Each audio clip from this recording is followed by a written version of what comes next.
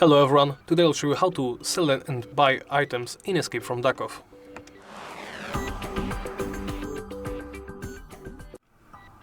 Let's begin by approaching the vending machine, then press trade.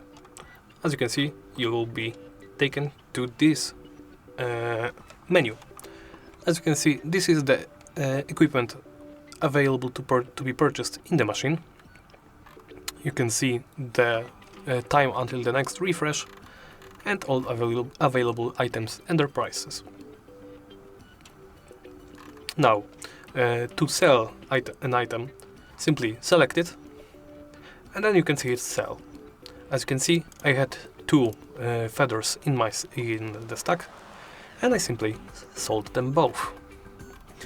Then to buy something, you can simply select it.